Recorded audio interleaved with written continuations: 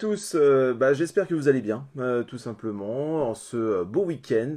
Alors oui, effectivement, je m'en excuse déjà d'avance, j'ai modifié l'horaire au dernier moment, mais oui, ma petite tête avait complètement zappé que ce soir c'était le rugby, que c'était le quart de finale entre la France et l'Afrique du Sud, et en indécrottable amoureux du sport, à la télé hein, surtout, avec la zapette en main, mais aussi un petit peu en vrai quand même de temps en temps, c'était difficile de passer à côté de ce moment-là. Donc on a décalé un petit peu ce live, et un live qui plus est particulier, puisque cette semaine, j'ai décidé, on l'a décalé, normalement ça devait être la semaine dernière, mais on revient avec cette fois-ci, ces fameux shonen sous-estimés. Alors, qu'est-ce qu'un shonen sous-estimé?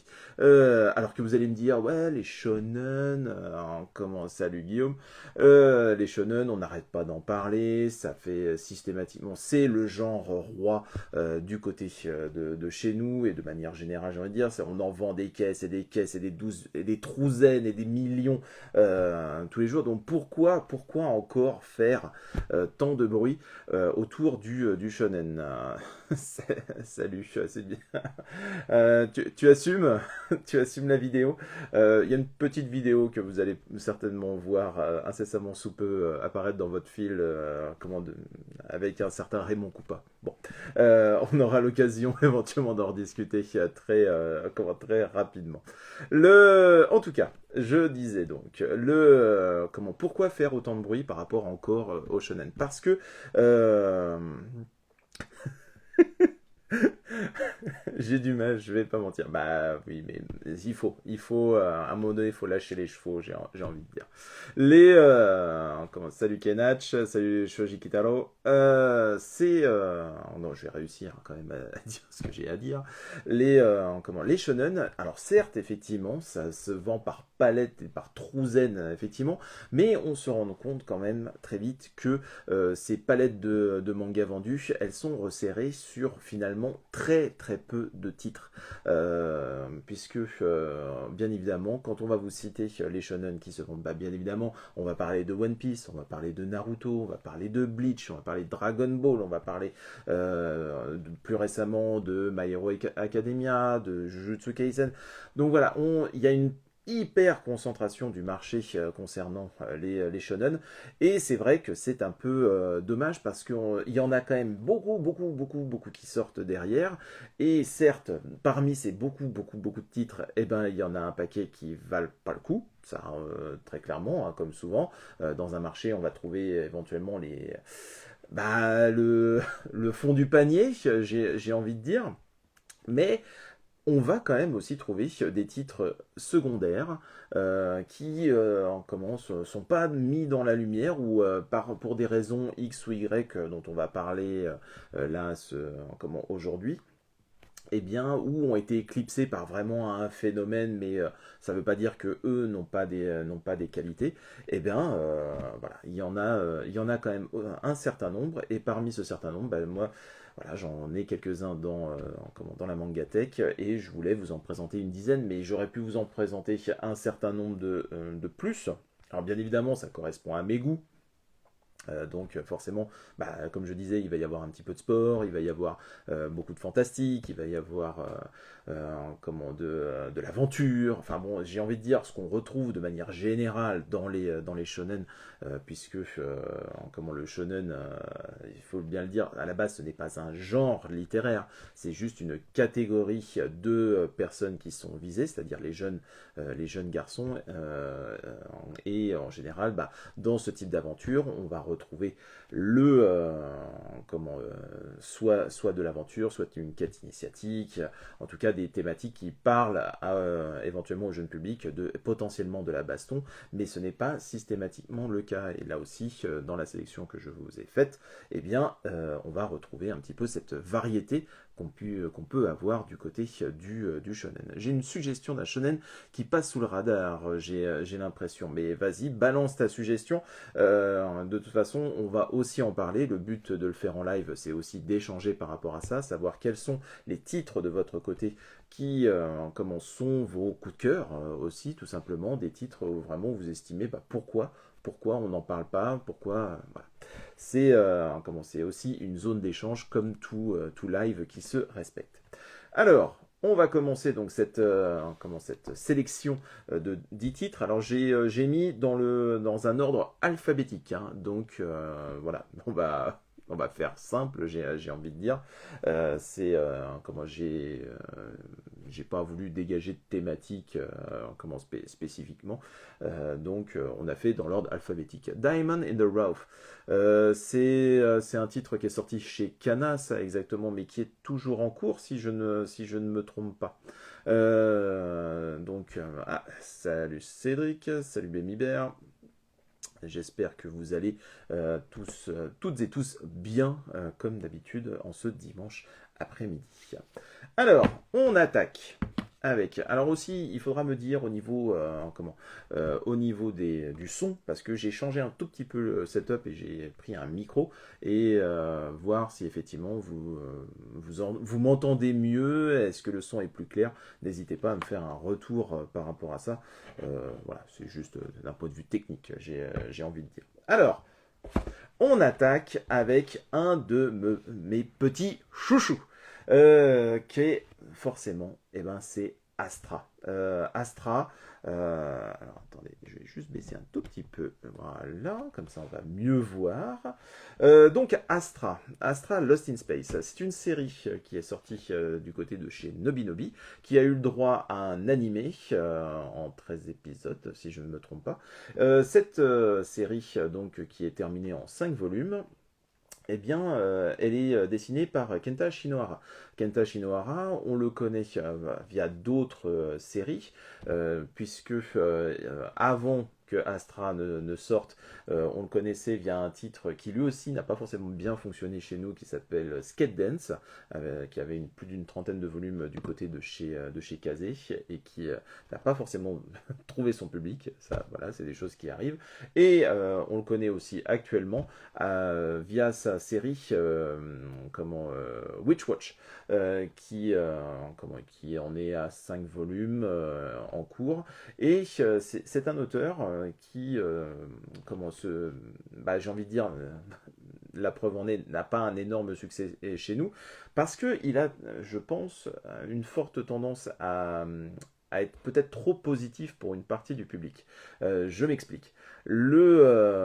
Astra Lost in Space, donc c'est une série fantastique, voilà, vous l'avez deviné, hein, quand même, avec des, avec des vaisseaux et tout ça. Enfin bon, on peut imaginer bien évidemment que c'est que c'est de la SF. Et effectivement, ça se passe à une époque lointaine où les voyages dans l'espace se font assez facilement, et on va retrouver une bande de gamins, enfin d'étudiants, j'ai envie de dire, que tout sépare. Vraiment, chacun a ses caractéristiques bien spécifiques, même si on va y retrouver quand même des caractéristiques quand même assez classiques, hein, et des stéréotypes relativement marqués, avec un personnage principal qui est le héros positif en toutes circonstances, j'ai envie de dire, toute une bande où certains, voilà, on va avoir le héros ténébreux, on va celui qui a toujours le sourire, qui a un petit peu le joyeux luron, mais peut-être que ça cache des choses derrière. On va avoir différents panels de jeunes filles, et donc Astra commence comme un départ en espèce de colo, on va dire, à travers l'espace, c'est-à-dire qu'effectivement on va se retrouver avec notre petite compagnie un petit peu dépareillée, qui est sur le point donc effectivement de se retrouver à partir, effectivement, faire un voyage d'études sur une autre planète, en disant bisous bisous maman, au revoir, voilà, comme typiquement on pourrait retrouver une situation avant un départ de colonie de vacances. Mais au moment où effectivement il s'apprête à embarquer finalement dans, vers leur lieu de villégiature, eh bien, il y a un espèce de trou noir apparaît et ce trou noir va littéralement les happer, c'est le moins que l'on puisse dire, et va les balancer, on va dire, carrément à l'autre bout de l'espace. Et à cet autre bout cet autre bout de l'espace, alors qu'ils sont pas loin de passer, pas loin de la mort, hein, ils réussissent quand même après quelques péripéties à récupérer leur vaisseau et à se demander mais comment on va faire pour retourner à la maison alors que les systèmes de communication ne fonctionnent pas. Et d'ailleurs, se pose la question très rapidement, mais n'y aurait-il pas eu un espèce de complot dans cette histoire, et peut-être y aurait-il une taupe dans cette petite troupe qui va être forcément l'occasion d'un espèce de jeu de piste à travers, eh bien on va se retrouver finalement avec nos jeunes jadots qui vont aller naviguer de planète en planète, proche en proche, pour essayer de trouver des solutions, et en même temps, comme ils sont dans la découverte complète, eh bien voilà, ils vont apprendre sur les autres, ils vont apprendre sur eux, il va y avoir moultes aventures diverses et variées, des retournements de situation à ne plus savoir qu'en faire. Et en même temps, on va se rendre compte que ce qui s'est passé pour eux, eh bien, a aussi des conséquences sur Terre et sur Terre. Et il s'y passe quand même, justement, dans le même intervalle de temps, il se passe des choses étranges où on a l'impression quand même que ces disparitions ont l'air quand même mais j'ai envie de dire, d'arranger un petit peu de monde. Mais bon, là, bien évidemment, il faudra le découvrir à la lecture de ce titre, qui, pour moi, pourquoi il fait partie de ce top? Alors déjà, c'est une série qui est courte. 5 tomes, d'habitude les shonen, on n'arrête pas de dire ouais, les shonen ça dure, on est parti pour 20-30 tomes, même si cette tendance a tendance à s'essouffler de plus en plus, malgré tout on a encore de très longues séries dans le shonen. Là c'est pas le cas, c'est en 5 tomes, c'est de la bonne SF pour cet âge là, alors que en général la SF a tendance à être plutôt réservée à un public un petit peu plus âgé, parce que voilà, les considérations techniques et tout ça font que en général ça ne va pas toucher plutôt le jeune public, et c'est dommage parce que c'est quand même aussi une partie de notre avenir, même si bien évidemment c'est un peu fantasmé. Voilà, c'est quand même une partie de notre avenir, possiblement le voyage dans l'espace. En tout cas, c'est comme ça que Elon Musk le rêve. Mais bon, j'ai peut-être pas envie de suivre les rêves de Elon Musk. Mais ça, c'est un autre débat. Salut Lily. Donc de la SF de qualité, une série qui est courte, des personnages qui, comme je le disais, sont stéréotypés, mais l'auteur finalement joue avec ces stéréotypes et finalement abat ses cartes de manière plutôt intelligente. Et au final, moi, ce que j'ai hautement apprécié dans ce titre, c'est que en général, la SF a tendance à être pessimiste, systématiquement pessimiste, parce que la vision de notre avenir n'est pas toujours simple, et après, il faut aussi savoir ouvrir les yeux par rapport à ça, mais de temps en temps, quand même, une vision un tantinet positive des choses pour l'avenir, ça fait pas de mal, et Astral Lost in Space a cette faculté de nous sortir une fin plutôt positive, plutôt bien construite et bien pensée, mais qui ne fait pas dans le gnangnan et dans le sentimentalisme le plus gras. J'ai envie de dire. Franchement, la conclusion de ce titre est à la fois intelligente, bien vue, et finalement crédible par rapport à certaines questions comment qu'on va se poser nous dans notre futur. Donc voilà, c'est un titre qui, pour moi, vraiment est largement sous-coté, bien trop peu mis en avant. Et j'aimerais tout simplement que, à un moment donné, on se penche sur la question. Alors, je sais que le titre, et ça va malheureusement être le cas pour un certain nombre des titres que je vais présenter, et ça, c'est le regret aussi, et c'est le turnover aussi qui veut ça. Bon, après, voilà, c'est comme ça. En tout cas, ce titre mérite vraiment on se penche dessus. Et j'ai envie de dire, si jamais le manga, vous n'arrivez pas à le trouver ou quoi, j'ai envie de dire, comme il y a l'animé, il y a l'animé, et l'animé est de qualité bien fichue, et aussi au niveau des musiques et tout. Donc ça, on peut le trouver, on va dire, relativement facilement sur Internet. Donc n'hésitez pas à vous pencher sur la question et à jeter un œil à Astra Lost in Space, parce que c'est un titre qui mérite vraiment, vraiment le coup d'œil. Je vais vous montrer un petit peu l'intérieur.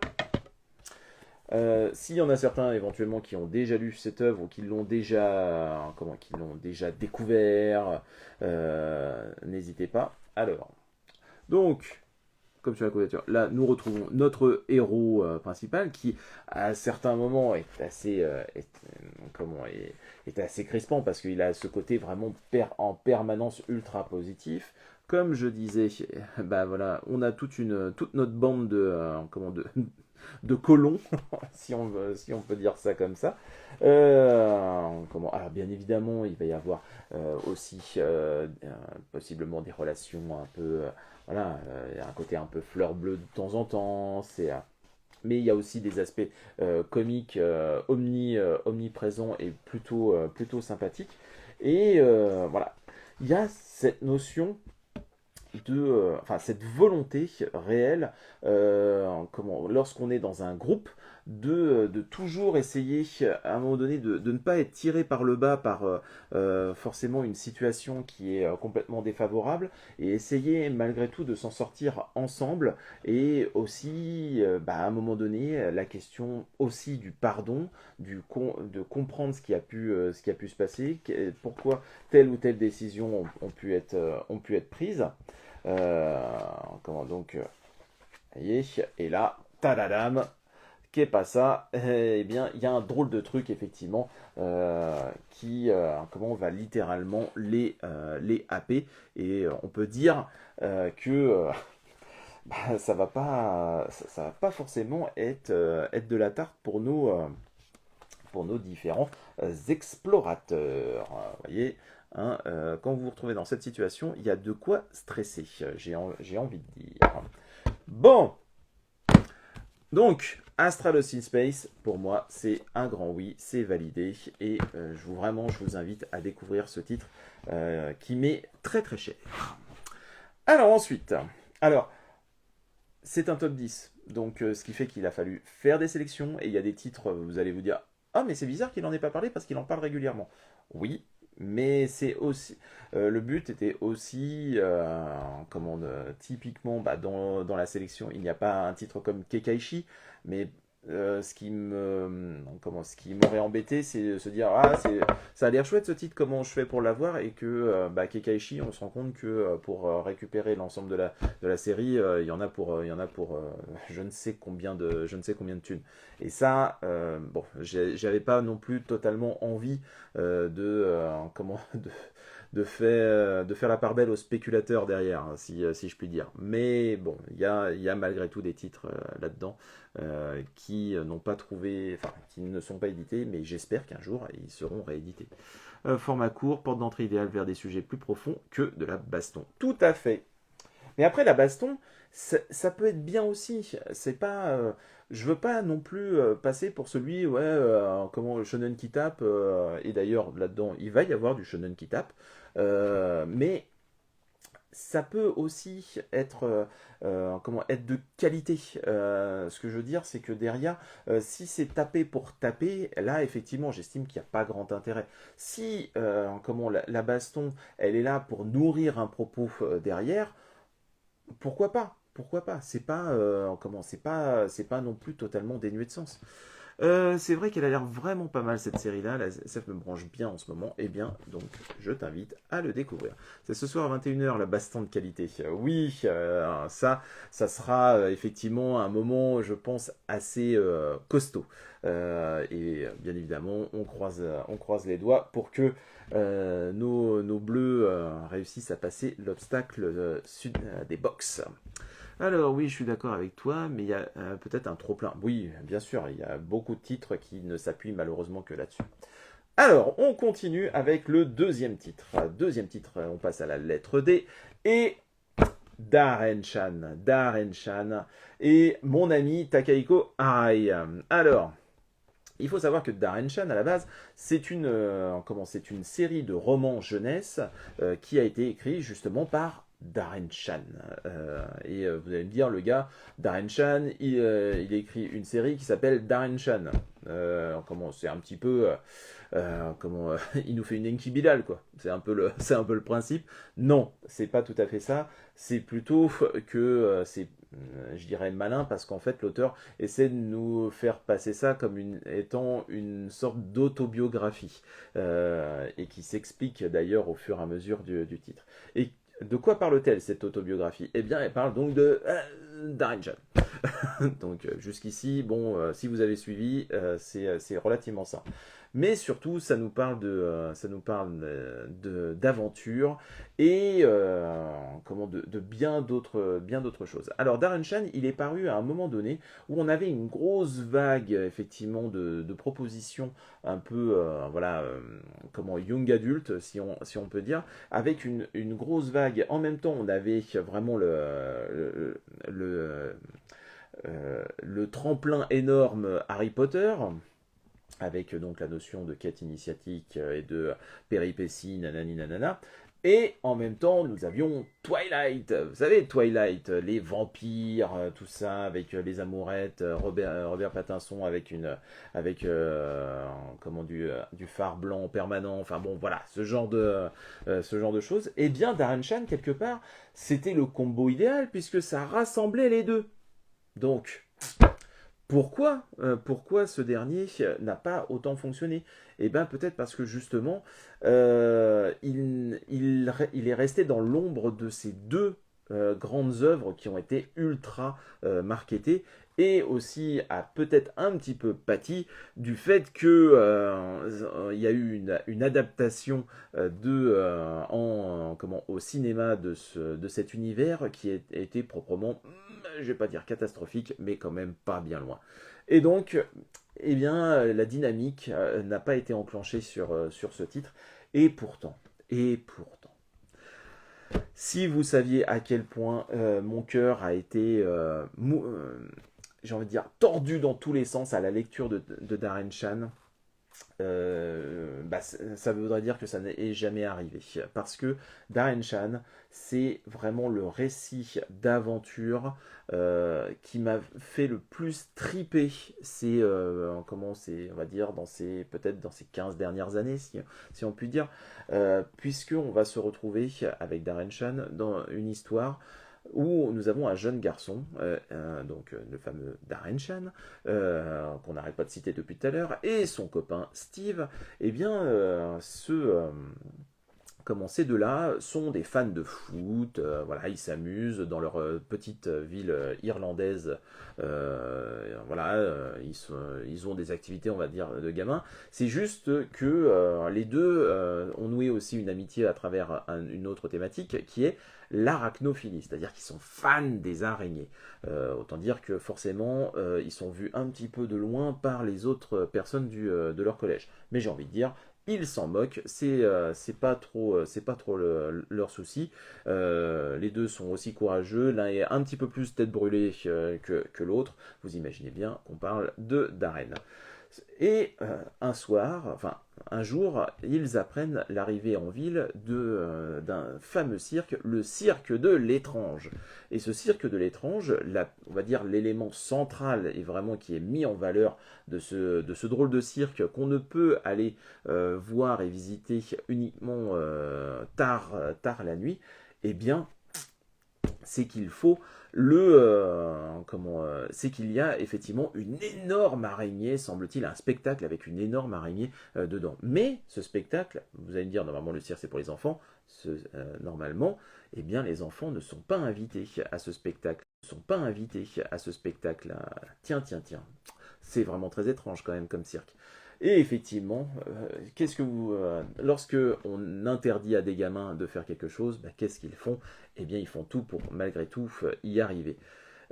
Alors là, ils assistent à des numéros aussi étranges et épatants les uns que les autres, avec des personnages, semble-t-il, quand même, voilà, qui ont de la prestance ou qui sont effrayants. Enfin bon, en tout cas, effectivement, ce cirque porte bien son nom. Mais arrive le moment où effectivement il constate cette fameuse, cette énorme araignée qui est maîtrisée par un personnage qui est assez stoïque, on va dire, et extrêmement mystérieux. Et sauf que, poussé par la curiosité et l'envie finalement de s'approcher au plus près de cette drôle d'araignée, eh bien, l'un des personnages va se retrouver en danger de mort. Parce que bien évidemment, cette araignée, elle était particulièrement dangereuse. Et pour finalement, et c'est Steve qui se retrouve effectivement malheureusement dans cette situation absolument dramatique. Et finalement, c'est Darren qui, pour sauver son copain, va devoir à un moment donné faire un choix absolument drastique. C'est qu'il va devoir devenir l'assistant de celui qui est le chef de ce cirque de l'étrange, et enfin pas le chef, mais en tout cas celui qui gère le numéro avec l'araignée. Et ce dernier, eh bien, tiens, la nuit, c'est un vampire, forcément. Et donc, comment on devient l'assistant d'un vampire? Eh bien, en devenant lui-même un vampire. Chose extrêmement logique. Et bien évidemment, qui dit devenir vampire et devenir assistant de ce cirque veut dire qu'à un moment donné, il va être obligé de quitter ses proches, et va s'en suivre derrière de nombreuses aventures où Darren va découvrir le monde, ce fameux monde de la nuit, les oppositions qu'il peut y avoir aussi entre les vampires et d'autres personnages bien connus du folklore, on va dire, fantastique, que je ne citerai pas parce que bien évidemment le but c'est que vous le découvriez ainsi, mais il y a dans cette œuvre un sens du rythme, un sens de la dramaturgie, une succession, des qualités de rebondissement, et finalement une construction du récit, car comme je le disais, c'est construit comme une autobiographie, et ça a toute son importance dans la manière dont se passe le récit, et surtout quand on s'approche de sa conclusion. Eh bien c'est un titre qui est vraiment de très très très grande qualité. C'est une série qui est terminée en 12 tomes, qui, comme le dit malheureusement Guillaume, c'est une série qui n'est plus disponible du côté de chez Pika, et comme d'habitude quand Pika met en arrêt de commercialisation, eh bien on se retrouve avec des prix absolument délirants sur le titre, et ça franchement je le regrette, parce que là oui, je mets en avant un titre qui va être difficile de récupérer, mais je sais que potentiellement il y en a certains, le scan ça ne les effraie pas, surtout n'allez pas nourrir les spéculateurs de tout poil, hein, c'est pas le but de cette vidéo, mais en tout cas c'est un titre, franchement, si vous aimez les vampires, si vous aimez les freaks de manière générale, j'ai envie de dire, et si vous aimez les quêtes initiatiques bien menées, bien troussées, franchement, Darren Shan, c'est un indispensable. Je n'arrive pas à comprendre, je n'arrive pas à comprendre totalement que ce titre n'ait pas réussi à trouver son public pleinement à l'époque, tant ses qualités sont absolument évidentes, si ce n'est le dessin de Takahiko Arai, qui a un côté, quand on le feuillette comme ça, relativement quelconque, mais franchement derrière, c'est quand même du très très haut niveau et c'est du très très qualitatif, surtout parce que cet auteur, et il l'a fait aussi avec son adaptation, pour moi c'est le maître des adaptations, parce que donc là il a fait une adaptation avec Darren Shan, il a fait une série tout seul comme un grand Arago, qui était pas loin d'être un ersatz de Darren Shan, et il a fait l'adaptation des Misérables de Victor Hugo, qui est une excellente adaptation aussi, que je vous invite à découvrir du côté de chez Kurokawa. Donc, voilà, je vais vous montrer un petit peu à quoi ça ressemble. Mais vraiment, si vous avez l'occasion de lire Darren Shan ou de découvrir cet univers. Alors, comme je disais, il y a le film Le Cirque de l'étrange qui est vraiment pas formidable. Mais si j'ai envie de dire, si vous arrivez à apprécier le film, alors que dire du manga et du reste, parce que là il y a vraiment c'est du très très haut niveau et du très très qualitatif. Je peux vous l'assurer. Voilà. Je vais vous montrer un petit peu à un moment donné quand ils sont. Voilà. Toc. Voilà. Euh, ça fonctionne vraiment très très bien. Hein. Je peux vous assurer que sur le rythme, c'est un titre qui est typiquement, on va dire, année 2000, en termes au niveau du dessin et tout. Mais qu'est-ce que ça fonctionne? Qu'est-ce que ça fonctionne? Alors, salut Axel, salut Nicolotte, salut Rosaliane. Alors, attends, je remonte un petit peu. Salut Will. Alors, Alors, Mar ou Satan 666. Alors, Mar, moi j'ai trouvé que c'était très axé action et finalement relativement peu Enfin, moi j'ai trouvé qu'il y avait un côté assez répétitif dans Mar, même si graphiquement c'était plutôt très chouette. Et Satan 666, j'ai très vite arrêté parce que les personnages m'ont un petit peu gonflé, je dois l'avouer. Un de mes mangas préférés, sans aucun doute, j'adhère. Allez le lire sans souci. Bah oui, mais il faudrait déjà le trouver, Axel. Il faudrait déjà le trouver. Salut Tempopo. Alors, donc, on continue.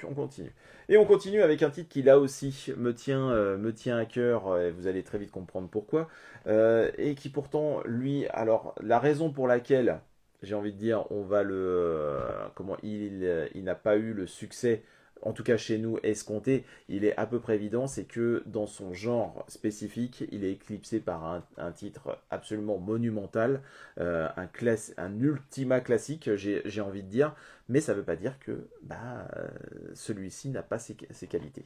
Et je vais vous parler de Dream Team, qui est un titre donc sorti du côté de chez Glénat, qui s'est conclu il n'y a pas si longtemps que ça en fait, parce que autre défaut, j'aime bien commencer par lister les potentiels défauts, ou en tout cas les raisons pour lesquelles ça n'a pas potentiellement fonctionné.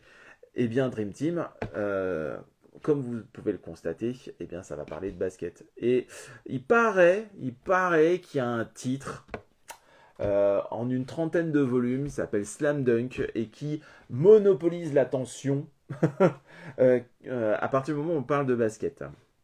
Et Dream Team, son autre défaut, c'est qu'il est sorti. En fait, il y a eu deux titres de basket qui sont sortis à peu près en même temps, que sont donc Dream Team et Kuroko's Basket. Kuroko's Basket, qui est une version, on va dire, extrêmement fun, on va dire,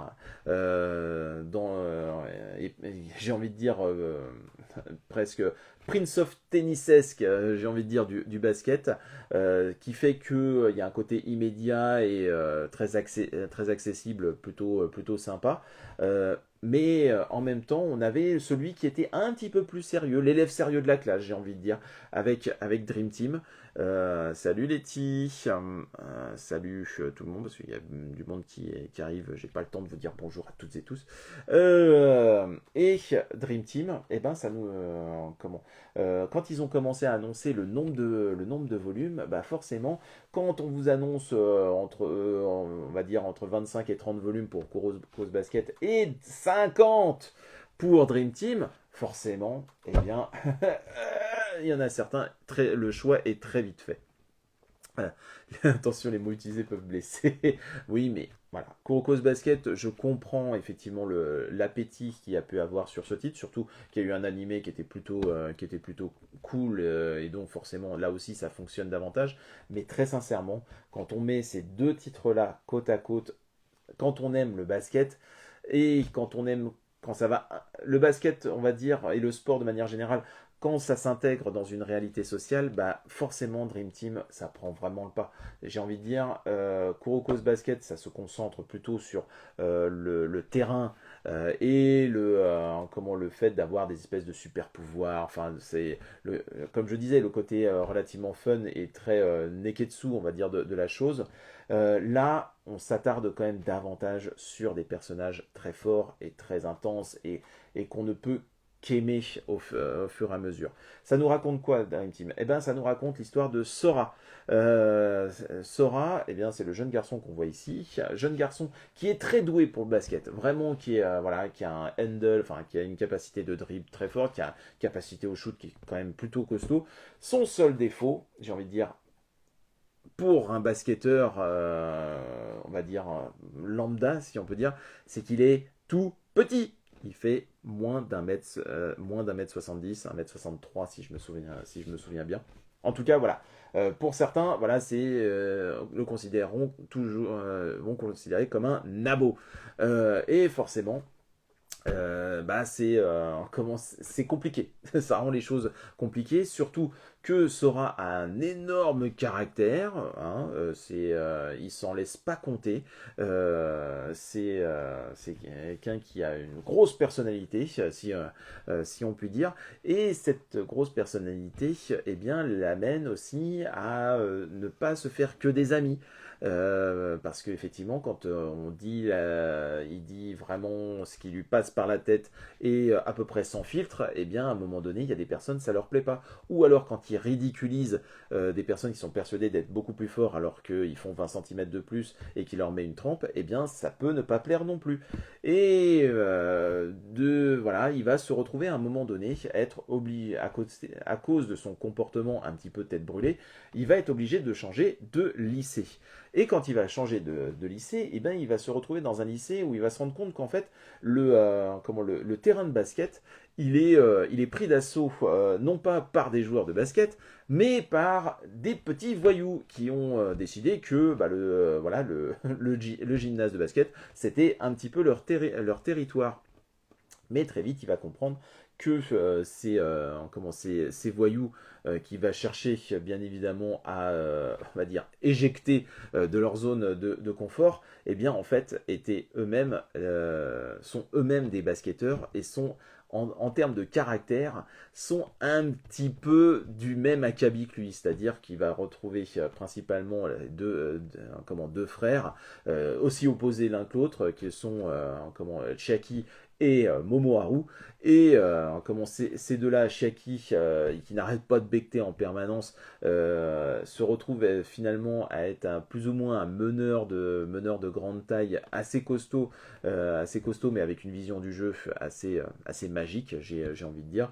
Et d'un autre côté, Momoharu qui fait forcément beaucoup penser à un autre personnage d'une autre série, opposé, puisque c'est par rapport à Slam Dunk, qu'on n'a pas beaucoup dans la caboche, j'ai envie de dire, mais qui finalement est un espèce de voyou au cœur tendre, mais qui systématiquement se fout dans la merde. Dès qu'il y a une emmerde, il faut qu'il y soit, et surtout qu'il aime cogner ce brave garçon.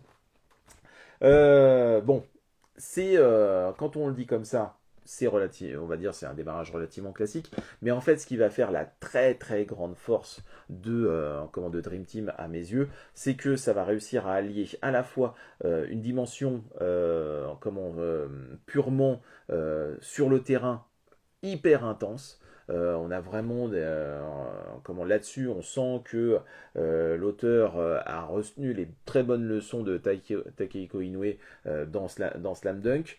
Bien évidemment, c'est un tout petit cran en dessous, mais franchement, il y a des passages qui sont ultra tendus et forcément, quand on aime le manga sportif, eh bien, c'est aussi un petit peu ce qu'on recherche. Et d'un autre côté, on va avoir le côté très social qui va être extrêmement important dans ce récit, puisque, comme vous l'avez compris, on se retrouve quand même avec des personnages qui sont relativement borderline, ou même pour certains même franchement, et il va se passer quand même un certain nombre de drames. L'aspect dramatique, j'ai envie de dire, de ce titre est quand même assez costaud et me fait penser sur certains points à certaines œuvres de Mitsuru Adachi dont on le sent qu'il va venir, qui semble assez inexorable, mais malgré tout, quand il tombe sur la gueule, eh bien, on est impacté. On est émotionnellement vraiment, on est pris par le truc. Alors oui, comme je le disais, c'est du basket, faut apprécier. C'est peut-être un tout petit peu moins universel que ne peut l'être Slam Dunk, parce que voilà, en termes de propositions, je pense que c'est un tout petit peu plus poussé, mais vraiment, si vous aimez l'alliance d'une proposition émotionnellement intense de par ses personnages, mais aussi par ses situations sportives, eh bien, j'ai envie de dire, Dream Team, c'est vraiment fait pour vous. Et c'est encore, pour le coup, c'est encore disponible du côté de chez Glénat. Donc, je vais vous montrer un petit peu à quoi ça ressemble. Sachant que l'auteur, peut-être que vous reconnaissez son trait, parce que c'est un auteur, il n'y a pas eu que Dream Team qui est sorti chez nous, il y a eu Isle qui est sorti à l'époque du côté de chez Tonkam, qui est en 14 volumes et qui était déjà en partie sur le basket. Et puis, on a eu aussi un autre titre de cet auteur, c'est Letterby, qui est sorti là aussi chez Kana. Et franchement, pareil, c'est un titre qui est particulièrement intéressant. Voilou. Alors, je vous les montrer. Alors, bien évidemment, il y a aussi un petit peu, il y a aussi de la relation amoureuse, mais toujours, voilà, avec la distance entre guillemets nécessaire. Comme je disais, là, on va retrouver nos petites frappes et avec donc le fameux Chiaki. Je vais vous montrer par la suite. Voilà, avec sa tête à faux. C'est mon personnage préféré du récit. Hein. Je dois vous avouer, c'est un personnage qui est roublard, qui est malin comme un singe. Pour ceux qui connaissent le basket, je ne sais pas pourquoi, mais ce personnage me fait penser dans sa manière de faire. Alors, c'est pas un voyou, hein, mais ça me fait terriblement penser à Boris Diaw, en fait. Une espèce de bonhomie, mais en même temps, le gars, il est malin comme un singe. Et puis, eh bien, on va retrouver effectivement le... comment le... Toc. Voilà, il y a des planches qui sont quand même assez puissante et je peux vous assurer que la partie graphique ne cesse de s'élever dans les cieux par la suite. Alors, bon, on estimera peut-être que 50 volumes c'est trop, mais bon, quand c'est bon, moi je prends un énorme plaisir. Alors, ah ouais, alors, touc. Revenons un petit peu parce que là ça a un petit peu discuté et j'ai pas tout vu. Salut Ludovic Fanny. Il y a un sacré rebond de AQ aussi en manga de basket. Un rebond, tu l'as eu. Oui, sauf que AQ c'est pas du basket, c'est du volleyball. Voilà, je me suis trompé. Bah oui. Tellement de manga sport. Tellement de manga sport. Oui, il y en a un certain nombre. Des mangas de sport de qualité, il y en a pas tant que ça. Hein. Pas tant que ça. Donc voilà, bon, eh bien, donc j'imagine que il n'y a pas grand monde qui a lu Dream Team, mais franchement, si vous avez l'occasion, là encore, n'hésitez pas. Ensuite, on attaque un titre qui a été tout simplement, je vais pas dire est cher à mon cœur, là encore, parce qu'ils sont tous chers à mon cœur, finalement, dans cette proposition, mais Eline, vis-à-vis d'Insta, a une place un peu particulière, parce qu'en fait, au début, je faisais un certain nombre de chroniques, et avant que je fasse des lives réguliers. Et à un moment donné, bah, je faisais le top justement des séries terminées, et non pas des tomes 1. Et le premier top que j'ai fait comme ça, et bien en fait c'est ce titre-là qui est arrivé en premier, et parce que ça a été un titre qui a été un très très gros coup de cœur. C'est Eline, charmeuse de bêtes. Eline, charmeuse de bêtes, c'est un titre qui, là aussi, chez Pika. Alors là, je dois vous avouer, je ne me suis pas renseigné, je ne sais pas si c'est encore disponible à l'heure actuelle du côté de chez Pika. Si ça l'est encore, vraiment, précipitez-vous, parce que malheureusement, je pense que ça ne saurait durer longtemps, parce que Pika, c'est assez terrible de ce point de vue-là, quand les arrêts de commercialisation peuvent être potentiellement très très violents. Et ne parlons même pas des notions de réimpression ou quoi que ce soit si ça ne fonctionne pas. Mais c'est encore la preuve que Pika a un petit peu de mal à mettre en avant finalement son catalogue secondaire. C'est trouver de très bonnes pioches, mais voilà, soit ça fonctionne très fort, et alors à ce moment-là, on sort la grosse artillerie, Fairy Tail, si tu m'entends, ou GTO, voilà, plein d'autres titres. Hein.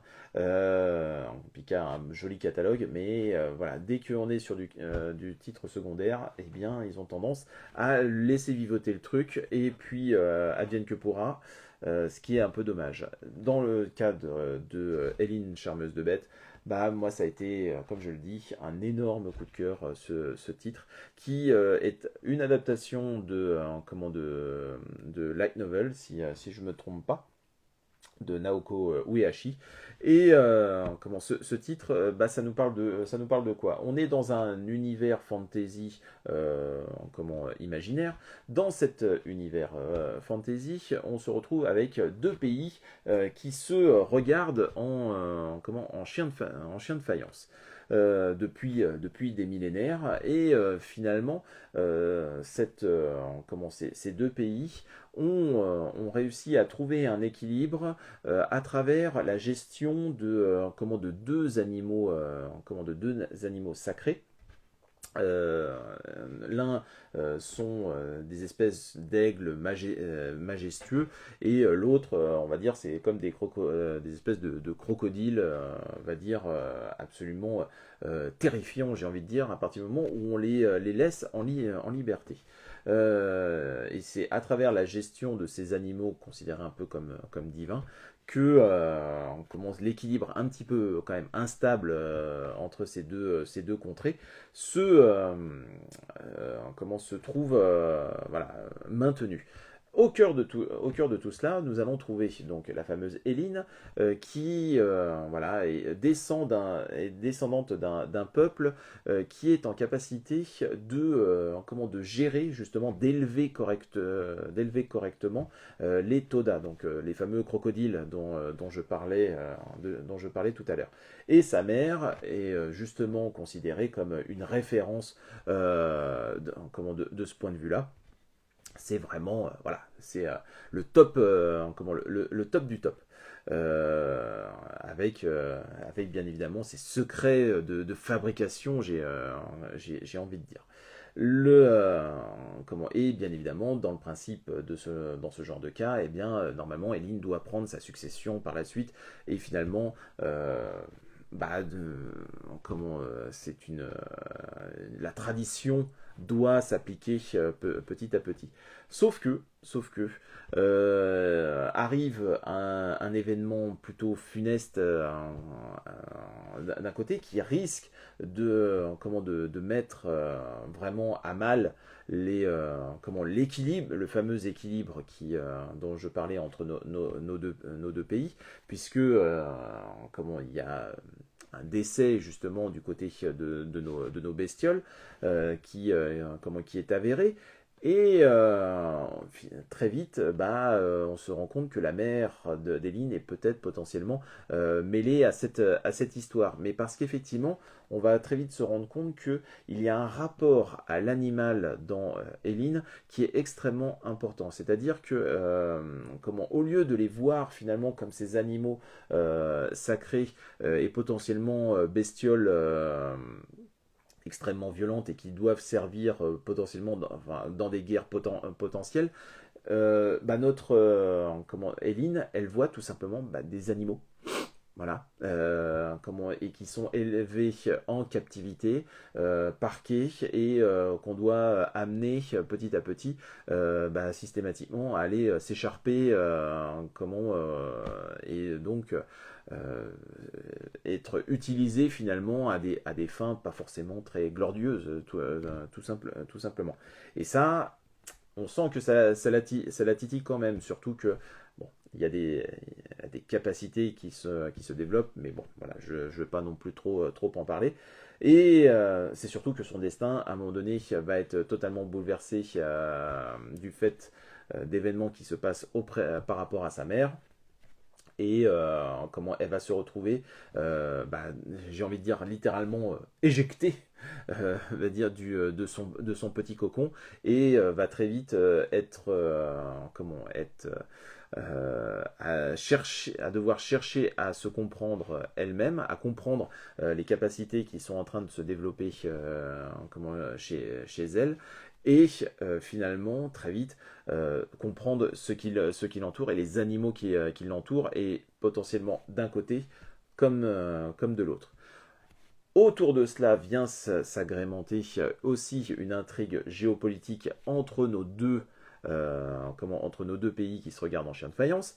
Et vous mélangez un petit peu tout cela, et franchement, vous avez une œuvre qui à la fois est belle graphiquement, parce que effectivement il y a des moments vraiment d'une grande poésie visuelle que j'ai beaucoup aimé, mais aussi dans la notion du respect animal. Forcément le message il est à peu près clair, net et précis, et surtout très bien alimenté, parce que il va y avoir une forme de rapport presque charnel qui va s'installer entre Éline et ces fameuses bêtes, qui, à un moment donné, il y a des passages dans cette série qui sont absolument dingo.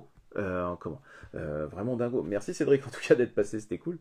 Voilà, en tout cas, c'est un titre qui m'a immensément touché, qui m'a intéressé aussi dans la manière dont justement les intrigues géopolitiques sont menées, et de manière vraiment plutôt intelligente, et plutôt et tout simplement bien vue.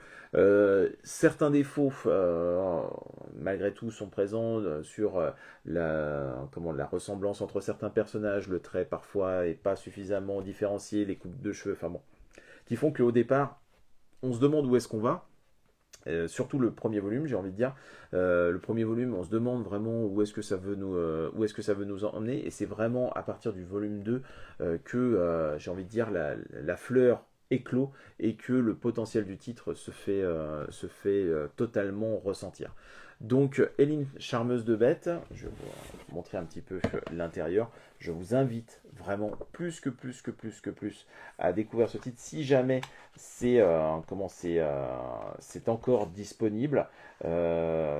Et si vous avez l'occasion éventuellement d'en trouver, peut-être d'occasion ou quoi, vraiment c'est un titre qui est de très très grande qualité. Et si vous aimez les animaux de manière générale, eh bien c'est un titre qui normalement devrait vous plaire. Vous voyez, quand je vous dis les bestioles, pas forcément, quand on a ça en face de soi, on fait pas trop le fier, quoi. Et comment et donc on retrouve Éline et sa maman, qui elle est en maîtrise de la chose, est une véritable dresseuse. Euh, je veux dire, quand elle, elle peut les caresser tranquillement, il n'y a pas de souci, quoi. Donc il y a un rapport à la bête qui est extrêmement important, j'ai envie de dire. Sauf que, voilà, il va y avoir quelque chose, voilà, on va retrouver des animaux morts, et ces animaux qui sont sacrés, eh bien forcément, ça pourrait bouleverser totalement l'équilibre, hein, j'ai envie de dire, de la force. Et une vraie belle surprise à lire. Mais oui, totalement. Alors, salut Salomé, comment vas-tu? Donc voilà, donc bon bah donc Eline, c'est validé par Lily. J'ai enfin un titre qui est validé par. Ah si, il y a eu Axel qui a dit c'était ok pour Darren Chat. Bon, donc ça va, je dis pas trop de bêtises quand même. Mais voilà. En tout cas, ce sont des titres Hello Patron, incroyable vidéo. Oui, je vous invite à aller découvrir cette vidéo dont je ne suis pas sûr que j'en sois extrêmement fier, encore que, mais bon, voilà. En tout cas, vraiment, voilà, ça a été un joli boulot. C'est un, ça a été vraiment une belle partie de plaisir à la tournée, et bah, j'espère que vous vous amuserez en la regardant. Allez, on continue. Alors on continue avec un titre qui, j'ai envie de dire, est quasiment évident. Vraiment, mais d'une évidence absolue, qui pour le coup est très actuelle parce que sa parution est en cours, mais c'est une réédition, et je pense que déjà certains là savent à peu près de quel titre comment je vais parler, mais qui est évident à la fois par son auteur, qui malheureusement est un petit peu mal aimé du côté de chez nous, et j'espère qu'à un moment donné les gens vont comprendre à quel point cet auteur est vraiment, je vais pas dire béni des dieux, mais pas loin. Alors, je vais vous parler de Karakuri Circus, évidemment. Mais j'ai envie de dire, Karakuri Circus n'est finalement que la face émergée. J'aurais eu envie de mettre à peu près tous les titres de Fujita, de les enquiller les uns après les autres, c'est-à-dire vous mettre Moonlight Act. Quand j'avais posé la question d'ailleurs en amont de la première tentative, Moonlight Act était revenu régulièrement dans les propositions, et comment c'est complètement compréhensible tant Moonlight Act est une œuvre top. Mais sachant sa potentielle difficulté pour l'acquérir, j'ai préféré me recentrer sur Karakuri Circus qui, bah voilà, l'édition est en cours du côté de chez Meian, donc tout est disponible. Je dirais même, il y a certains volumes, on peut les trouver facilement sur Anime Store, sur leur partie occasion, et donc on peut se faire un début de collection à pas si cher que ça. Mais ça, c'était pour la partie, on va dire, purement pécuniaire des choses. Mais c'est surtout Karakuri Circus, ne passez pas à côté parce que c'est un chef-d'œuvre. Pourquoi c'est un chef-d'œuvre? Alors que vous allez me dire, mais la série n'est pas terminée, gna gna, que tu l'as pas. Non, non, passez à côté de ça. Il y a une puissance dans ce titre qui est absolument phénoménal. Alors bien évidemment, oui, c'est un titre qui bah, voilà, commence gentiment à dater, hein, comment il est paru fin des années 90, début des années 2000. Ça se ressent dans la manière dont il se construit au départ, le départ du récit se construit, c'est-à-dire qu'on va retrouver effectivement notre jeune garçon Masaru, bah tiens, Mystique, elle arrive pile poil au bon moment. Elle savait, elle se doutait que ça se passerait à peu près à ce moment-là. Il y a une connexion qui s'est passée entre nous. Salut Mystique. Donc, le jeune Masaru qui est poursuivi par des hommes a priori extrêmement menaçants avec sa grosse valise, et qui va rencontrer ça y est, j'ai perdu son nom. Je l'ai senti. Ah bah tiens, dis-moi comment il s'appelle, comment son grand copain, qui est atteint donc du Zonafa. C'est une maladie qui fait que si jamais il n'arrive pas à faire rire quelqu'un, eh bien, son cœur s'emballe, sauf que il est vraiment extrêmement nul pour réussir à faire rire les autres. Par contre, pour servir des points, Narumi, voilà, merci.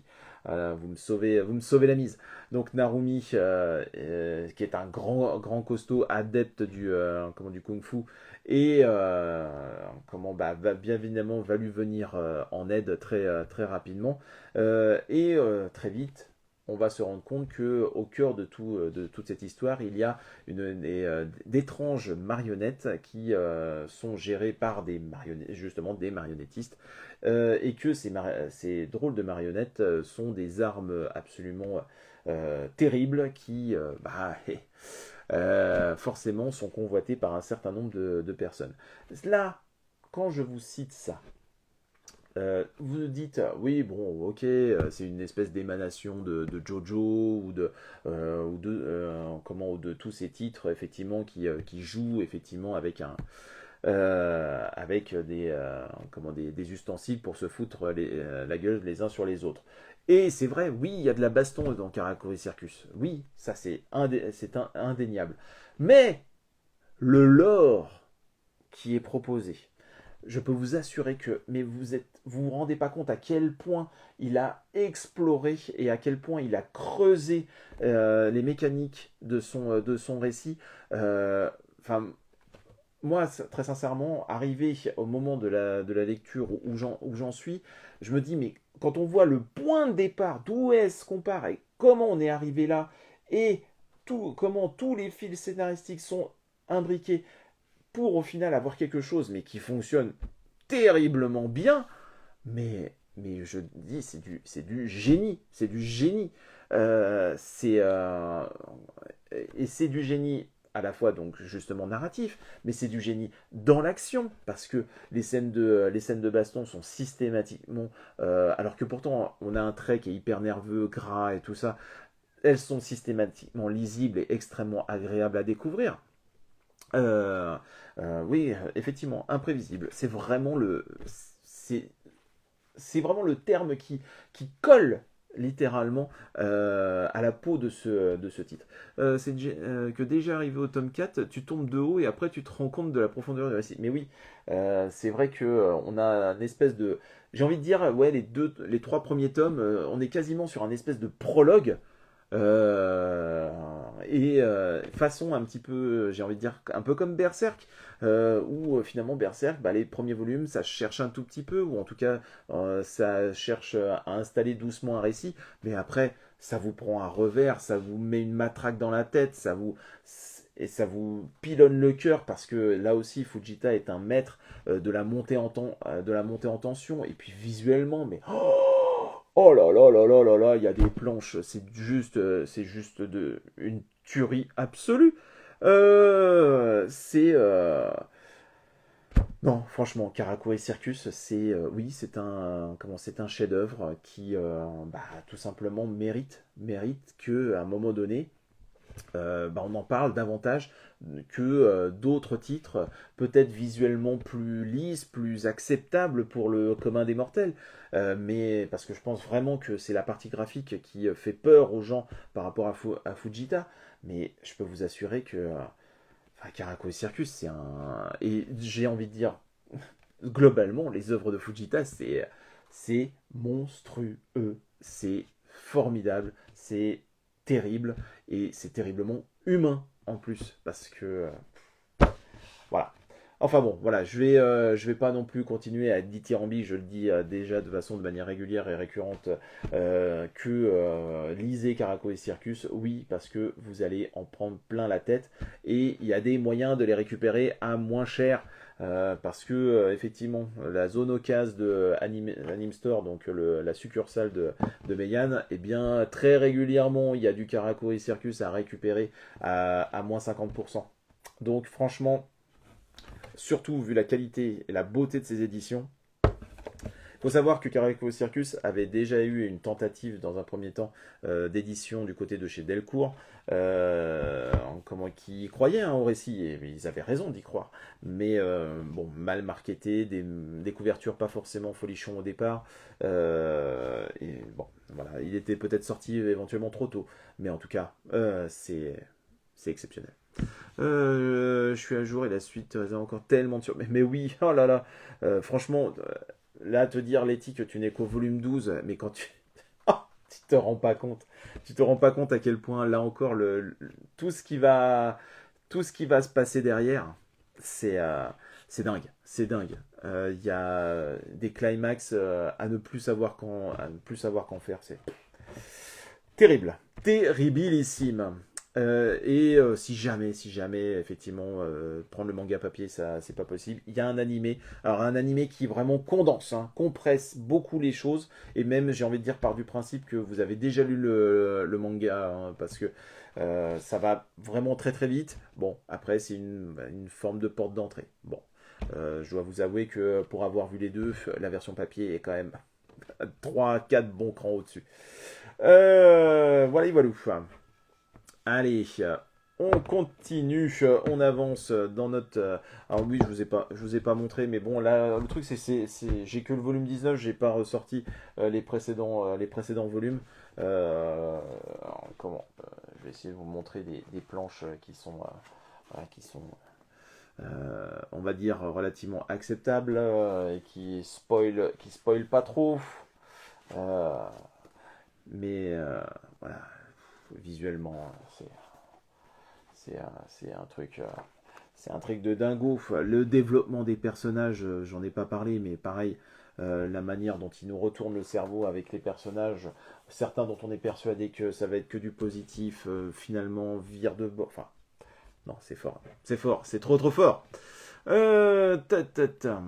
Bon, allez, on continue, on avance avec. Euh, salut Sabi. La petite faiseuse de livres.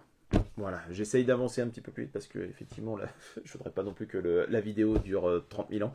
La petite faiseuse de livres, c'est un titre qui est toujours en cours. Alors, pourquoi je l'ai mis? Déjà parce que c'est un shonen et c'est une héroïne. Et alors il y en a quand même un certain nombre, hein, des œuvres maintenant avec des héroïnes, alors que ce sont des propositions shonen, mais c'est pas non plus la majorité. Et donc déjà c'est une raison hein, de se pencher sur la question.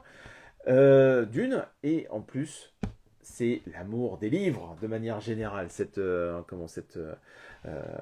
série. Et c'est pour moi, en termes de proposition isekai, parce que là aussi c'est un isekai, alors on sait que l'isekai c'est un genre qui n'a pas forcément bonne presse auprès d'un certain nombre de personnes, mais pourtant il y a quand même de très très bons titres dans les propositions, et la petite faiseuse de livres en fait partie.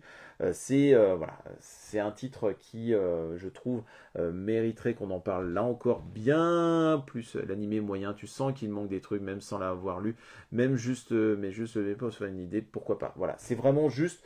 Voilà, c'est pour moi l'animé doit être une forme d'apéritif et de se dire est-ce qu'on accroche potentiellement à l'univers, mais bon. Ça, c'est encore un autre débat. Je n'ai vu que le light novel de la petite faiseuse de livres, mais j'adore. Mais oui, la petite faiseuse de livres, on le présente souvent comme, enfin moi, et même, j'ai envie de dire moi-même, je l'ai encore dit là, c'est par rapport à l'amour des livres. Donc il y en a certains qui disent ouais, bon, ça c'est bien gentil, si c'est comme le truc là qui était sur les bibli, le maître des livres, machin. Bon, on va se faire un peu suer. Non, bah non, et non, parce que la petite faiseuse de livres, c'est là aussi des opportunités d'intensité de lecture qui sont assez dingos et qu'on n'imagine pas dans un premier temps pour cette série-là. Ça nous raconte quoi? Ça nous raconte l'histoire comme dans tout bon isekai, c'est-à-dire qu'on a une bibliothécaire assez timide, voilà, et qu'on ne voit d'ailleurs même pas, je crois, on ne voit pas du tout, et qui décède. Voilà. Et sauf que quand elle décède, elle est réincarnée dans le corps de cette jeune fille. Alors cette jeune fille, c'est Maina. Je sais jamais. Maïna. Oh, Maïna. Oh là là, c'est vraiment la quiche pour se souvenir du nom des personnages. Maïna, eh bien, c'est une jeune fille qui se trouve dans un univers qui, comment on va dire, un côté un peu moyenâgeux, fantasy. Il y a où la magie existe de manière générale, où elle va et donc notre Maïn va très vite se rendre compte que son corps, et c'est un corps extrêmement fragile. Cette jeune fille, elle est atteinte d'une maladie rare qui fait que dès que elle a un trop plein d'émotions ou quoi, eh bien, elle peut littéralement tomber à l'inverse et avoir une très très forte fièvre et vraiment, elle est, j'ai envie de dire, dans ces cas-là, quasiment en danger de mort. Elle vit dans une petite famille relativement paisible, assez pauvre, il faut bien le dire, mais où chacun on serre un petit peu les coudes.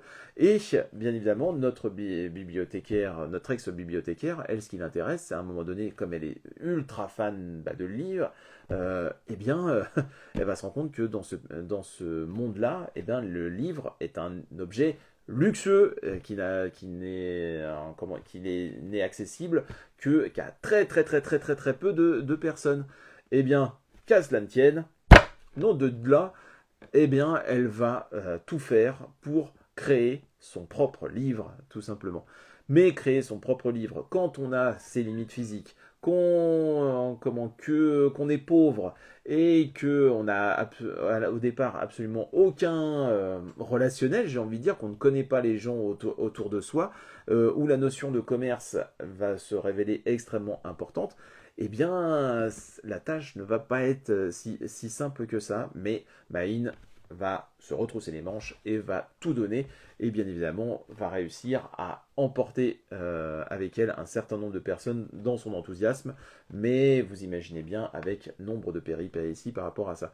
Alors vous allez me dire, ah mais voilà, c'est l'obsession des livres, ok, oui, bon, mais en quoi ça peut être passionnant pour un shonen? Bah, c'est passionnant parce que, comme je le dis, les personnages sont immédiatement très attachants, très bien écrits, euh, nuancés comme il faut, c'est-à-dire qu'effectivement il y a une dose de stéréotypes, mais ça n'en fait pas non plus des pantins. Le travail sur les rebondissements est vraiment est très bien fichu. Le fil narratif est hyper solide et très agréable. Et j'ai envie de dire, on se laisse emporter par l'enthousiasme de notre jeune fille. Et puis, comme dans tout bon titre qui se veut un minimum didactique, et bien, quelque part, on apprend beaucoup de choses sur la création tout simplement d'un livre, parce que nous, voilà, on les prend, on va chez le libraire, la bibliothèque, machin, on va chercher des livres, mais on ne sait pas nécessairement quels efforts ont pu être faits à l'époque au Moyen-Âge pour vraiment avoir l'accès aux livres. Et ben, c'était pas simple. Clairement, c'est pas simple. Et comme avec tout cela s'ajoute un vernis socialement très intéressant, et j'ai presque envie de dire, mais aussi politique, qui est très très bien fichu de manière générale, et ben voilà, tout simplement, j'ai envie de dire, la petite faiseuse de livres, vraiment, allez-y, jetez-vous dessus. C'est d'autant plus que graphiquement c'est très agréable, très léché, hyper maîtrisé. Vous voyez, quand je vous dis, voilà, quand elle se réveille, elle se rend compte que elle n'est pas tout à fait dans les mêmes conditions qu'elle pouvait être auparavant. Elle va récupérer bien évidemment la mémoire, elle récupère en partie la mémoire de de ce qu'elle était auparavant. Bien évidemment, elle a des connaissances que les autres n'ont pas, donc il y a un côté entre guillemets cheaté, mais je trouve que l'auteur n'en abuse pas. Comme ça peut être le cas dans certains isekai, vraiment c'est distillé de manière plutôt intelligente et bien faite. Et ça, c'est vraiment très agréable. Donc, la petite faiseuse de livres, franchement, allez-y, jetez-y plus qu'un œil. Et là aussi, il y a un animé. Donc, voilà, si jamais vous n'avez pas l'occasion, allez jeter un œil, vous allez adorer. Alors, je suis pas sûr de tenter le manga pour autant. J'aime vraiment beaucoup le format light novel. moi après j'ai pas découvert le format light novel, hein, donc je ne peux pas dire, mais bon, en tout cas moi c'est comme ça que je l'ai découvert et j'ai vraiment hautement apprécié. Salut Motordu. Allez, on continue. On enchaîne, on enchaîne. J'ai 15 minutes pour faire les 4 derniers titres. Ça va être chaud, hein. Ça va être très très chaud. Allez, on enchaîne avec du Mizu Sahara. Du Mizu Sahara. Parce que oui, le chant des souliers rouges, eh bien c'est un shonen. Et c'est un shonen qui est très bien fichu. Le chant des souliers rouges, ça nous parle... comment ça nous parle de quoi? Eh ben, ça nous parle de basket aussi. Haha, il fallait bien que ça nous intéresse. Non, alors... Ça parle de basket, mais vraiment un tout petit peu. Hein, vraiment, c'est pas grand chose. Surtout, ça va nous parler de flamenco. Ah, si. Puisque on va se retrouver avec deux collégiens qui, un garçon, une fille. Alors, je tac. Alors, Kimitaka et Takara. Kimitaka qui est donc un jeune garçon, et Takara qui est une grande fille, une grande perche, si je puis me permettre, et qui est adepte de...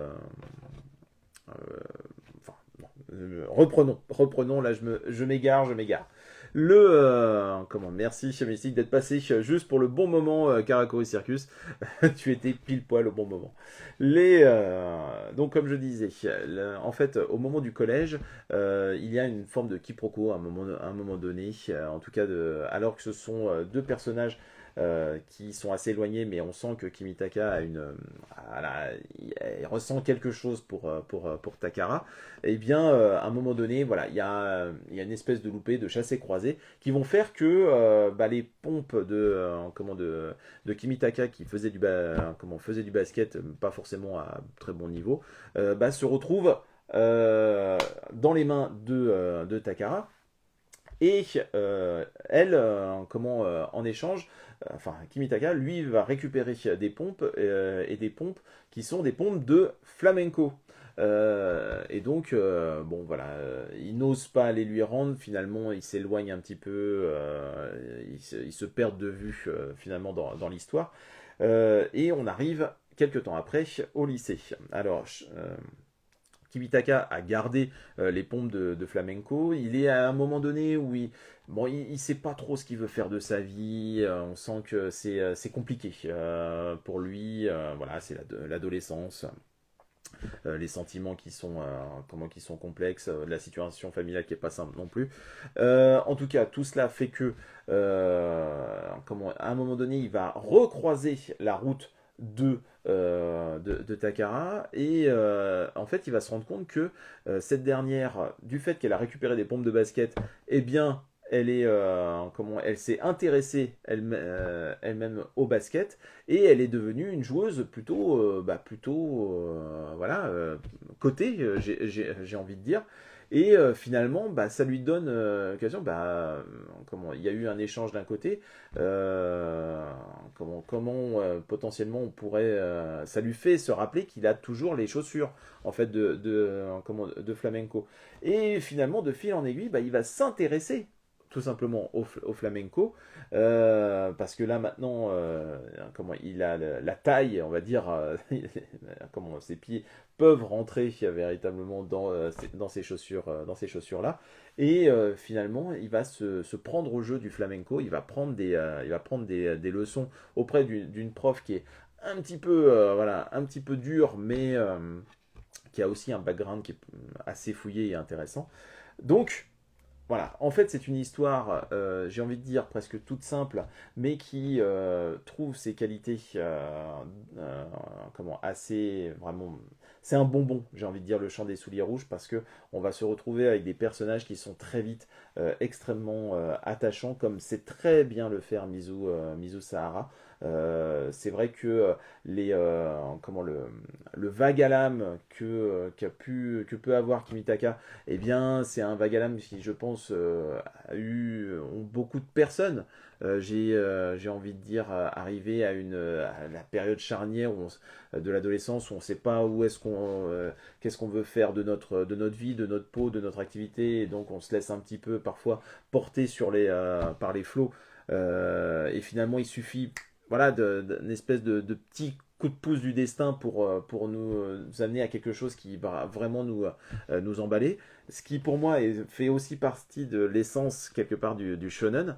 Et moi, franchement, ça a très bien fonctionné parce que là aussi, le dessin de Mizu Sahara est une véritable bénédiction. Enfin, moi, les couvertures déjà de Mizu Sahara, je les trouve juste...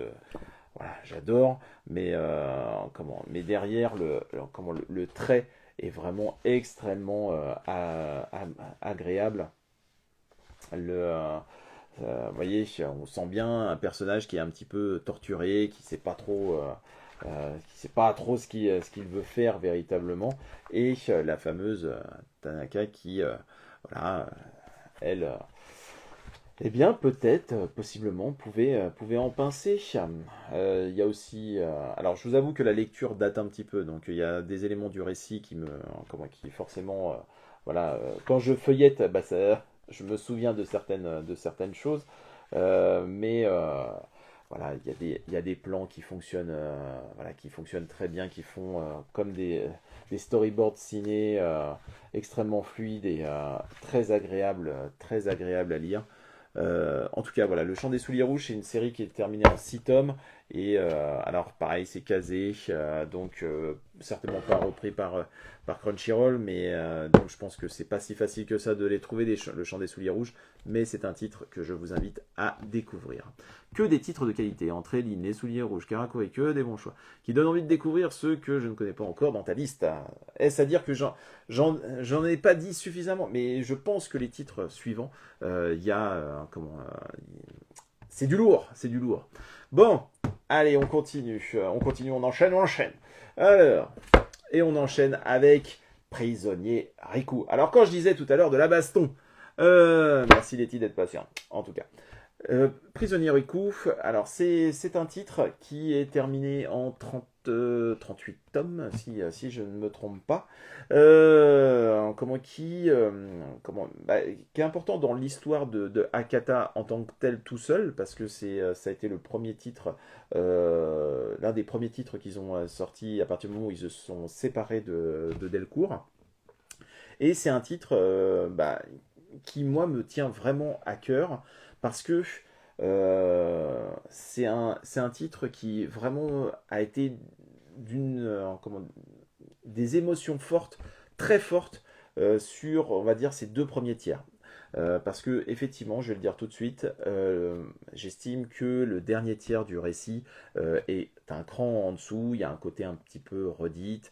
Voilà, c'est un titre dont je reconnais les défauts sans phare. Mais très sincèrement, pour ce qu'il propose finalement son premier cycle, c'est-à-dire donc les 21 ou 22 premiers tomes, je peux vous assurer qu'en termes de proposition carcérale, eh bien, c'est extrêmement puissant. Alors, ça nous parle de quoi, Prisonnier Riku? Ça nous parle donc du jeune garçon Riku, qui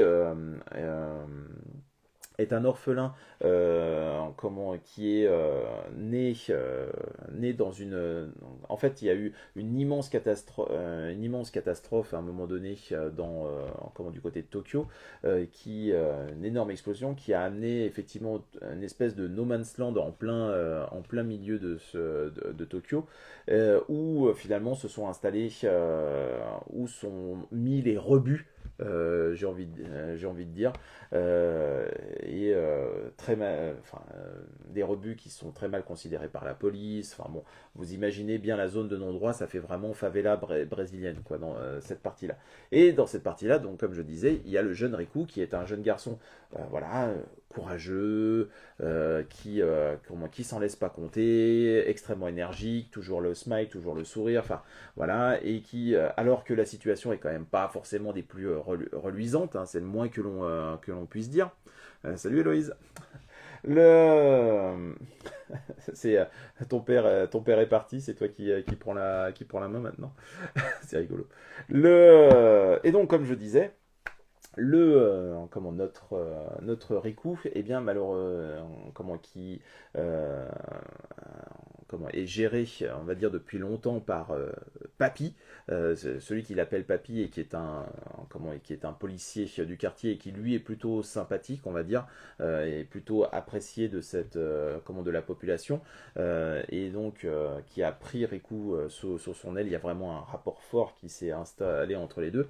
Eh bien, malheureusement, il va assister à l'assassinat de Papy sous ses yeux par un personnage plus qu'important de la société, un gros ponte, on va dire, de cet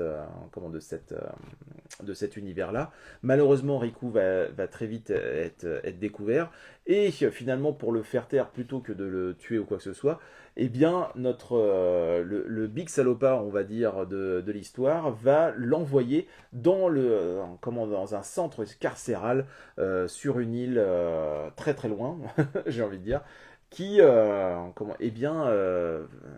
faire en sorte, et dont normalement personne, bien évidemment, n'a réussi à s'échapper.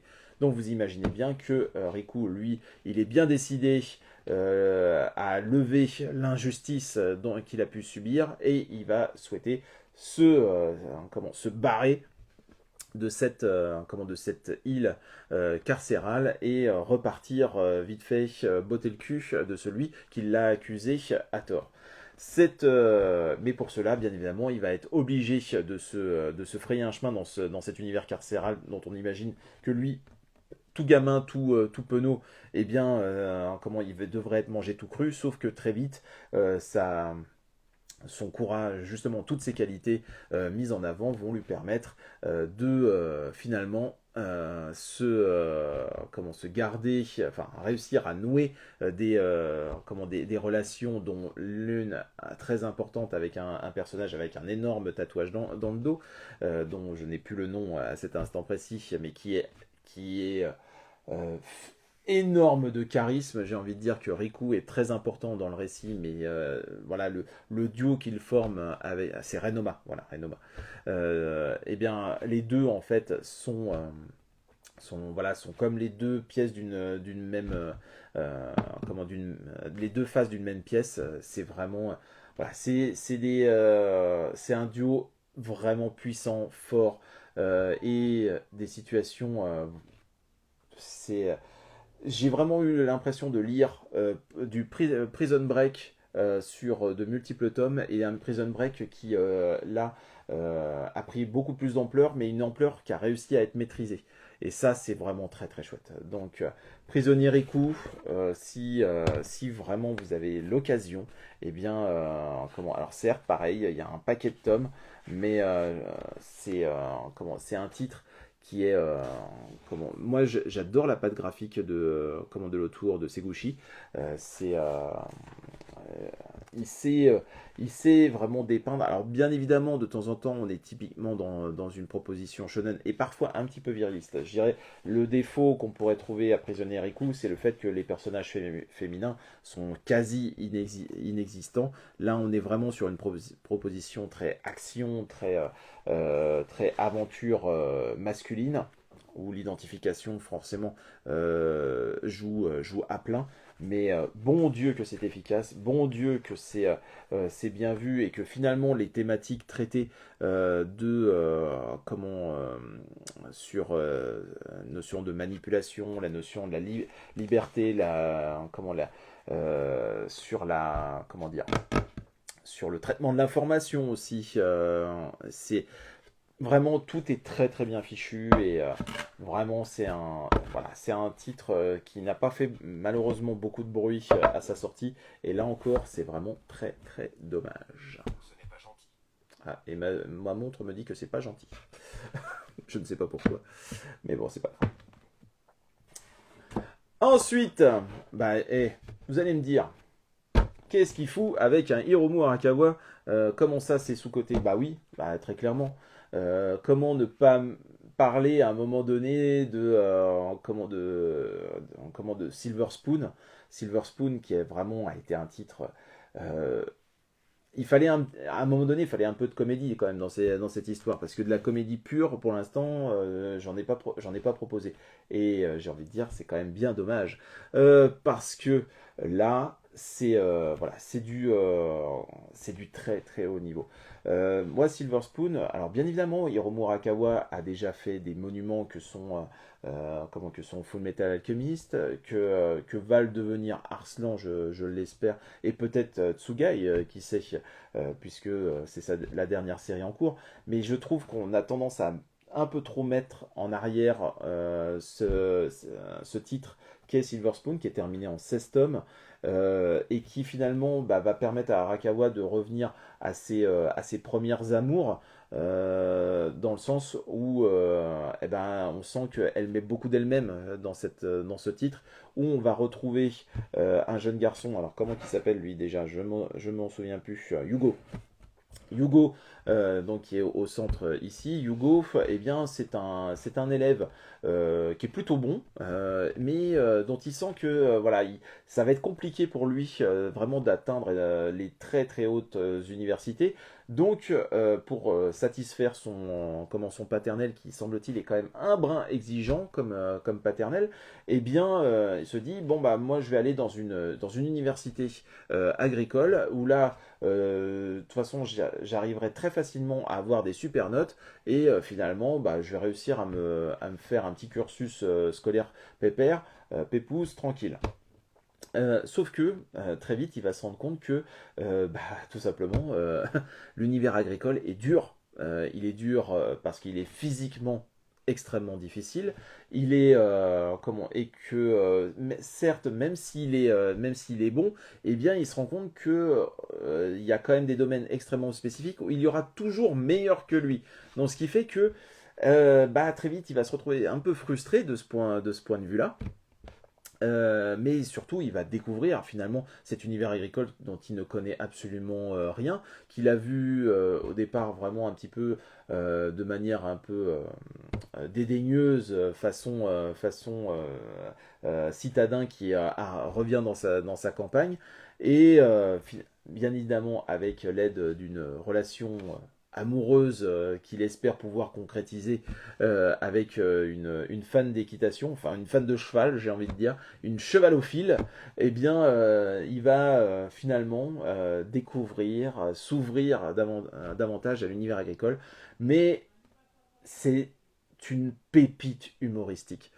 Silver Spoon, c'est une avalanche de situations, mais aussi dingo, parce que les personnages qui sont proposés sont tous, mais haut en couleur. Vraiment, c'est euh, c'est un, c'est un délice. C'est un délice de ce point de vue-là, mais qu'est-ce que j'ai pu me tordre de rire sur Silver Spoon. Mais en même temps, et c'est là où Arakawa est une immense artiste, c'est que même en ayant rigolé, mais autant que faire se peut, eh bien, il y a quand même eu des moments où j'ai été vraiment, les tripes, elles ont été tordues dans tous les sens parce que finalement, l'auteur ne fait pas mystère aussi de toutes les difficultés que vivent ceux qui veulent vivre de la terre, donc les ouvriers agricoles, que ce soit dans le domaine économique, dans le domaine physique, enfin, tous les aspects sont balayés et donc c'est extrêmement riche et intéressant, là encore d'un point de vue didactique, mais le tout enrobé dans ce qui est pour moi vraiment un summum d'humour à la Arakawa. Si vous avez aimé les segments, on va dire, humoristiques qu'on a pu avoir avec FMA ou les autres titres, vraiment cette capacité vraiment en très peu de traits à vraiment rendre ces personnages extrêmement drôles. Enfin moi, en tout cas, c'est un humour qui fonctionne mais mille fois sur moi. Donc voilà, donc je vous invite là encore, Silver Spoon, à vous pencher sur la question parce que c'est un titre qui est terminé, qui normalement est toujours disponible du côté de Kurokawa et c'est ok, FMA c'est vraiment très très bien, Arslan c'est très bien, enfin voilà, mais Silver Spoon est aussi quelque part noble paysan si on vraiment veut approfondir le côté purement paysan. C'est vraiment de très très chouettes titres.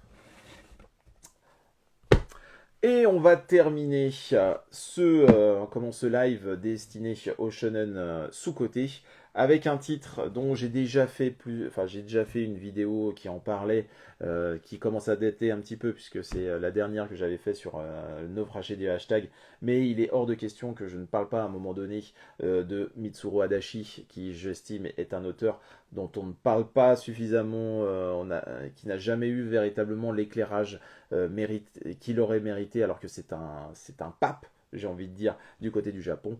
C'est bien évidemment avec Touch. Touch, une série terminée en 26 tomes du côté de chez Glénat. Certains le connaissent sur sa version animée Théo, la batte de la victoire. Et ce titre, eh bien, c'est le concentré le plus absolu des qualités qu'on peut trouver à Adachi. C'est-à-dire, bon, certes, son dessin, alors qui est clivant, certains n'aiment pas du tout son style, et ça, c'est quand même bien dommage. Oh là là, et ça, c'est quand même beau d'avoir Monsieur David Benoît qui débarque au moment où je parle d'Adachi, parce que là, on est quand même sur... voilà, c'est un maître de la mise en scène, c'est un maître du temps suspendu, Adachi. Il est... bien évidemment, on se retrouve avec une œuvre qui parle de sport, avec des personnages qui ont tendance à tous un petit peu se ressembler. Ce sont des œuvres qui sont un petit peu datées, donc là aussi, la représentation qu'on peut avoir, des personnages féminins, peut nous sembler, voilà, un peu vieillotte, même si, franchement, je trouve qu'elles ont beaucoup de caractère de manière générale dans ces récits. Et là, on va surtout se retrouver avec une histoire, voilà, du baseball. Oui, certes, du baseball. On va se retrouver avec un espèce de pseudo-triangle amoureux, puisqu'on va se retrouver avec la gymnaste Kazuya, qui est la voisine de deux frères jumeaux que sont Katsuya et Tatsuya. Euh, comment et cette l'un et même s'ils sont jumeaux, bah, bien évidemment, ils sont totalement opposés l'un et l'autre en termes de caractère, puisque nous avons Kazuya qui est, on va dire, la star de la famille, qui est pas loin de devenir vraiment un excellent joueur qui est en route pour le Koshien, le fameux tournoi universitaire de baseball au Japon. Et d'un autre côté, on a Tatsuya, qui a sensiblement, on sent bien qu'il a des capacités physiques qui sont quand même pas dégueulasses, mais qui a clairement un poil dans la main et qui n'a pas envie de faire de trop gros efforts. Et donc forcément, ce trio va rythmer le récit.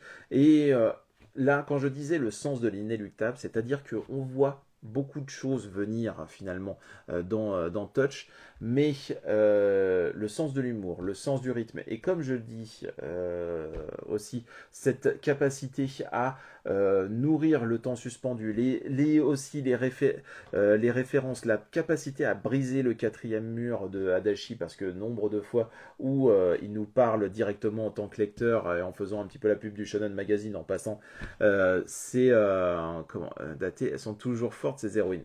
Ça dépend, pas toutes. Je ne sais, quand tu compares à certaines de ces œuvres, bon, je serais. Ça dépend comment on voit les choses. Elles sont bien évidemment qu'elles vont avoir un fort caractère, mais elles restent quand même enclavées dans une situation sociale dont elles n'ont pas forcément envie de le briser. C'est-à-dire le but, c'est quand même à un moment donné de se marier, d'un machin. C'est plus dans ce sens-là que je veux parler des héroïnes de Adachi. Mais oui, elles ont un sacré caractère. Ça, il n'y a pas de souci. Adachi, c'est la vie, oui. Bah, j'ai envie de dire, c'est quasiment le meilleur mot qu'on puisse dire par rapport à ça. Adachi, c'est vraiment un très grand maître qui, voilà. Bon, moi, j'estime que c'est pour des mauvaises raisons. On a tendance à le mettre un petit peu de côté. Mais oui, la place de la femme dans les années 80 au Japon. Voilà. Mais j'ai envie de dire, dans des œuvres de cette époque-là, eh bien, on essayait déjà d'avancer un petit peu plus. Ce qui là n'est pas tout à fait le cas. Salut Ludovic, t'étais passé rapidement tout à l'heure.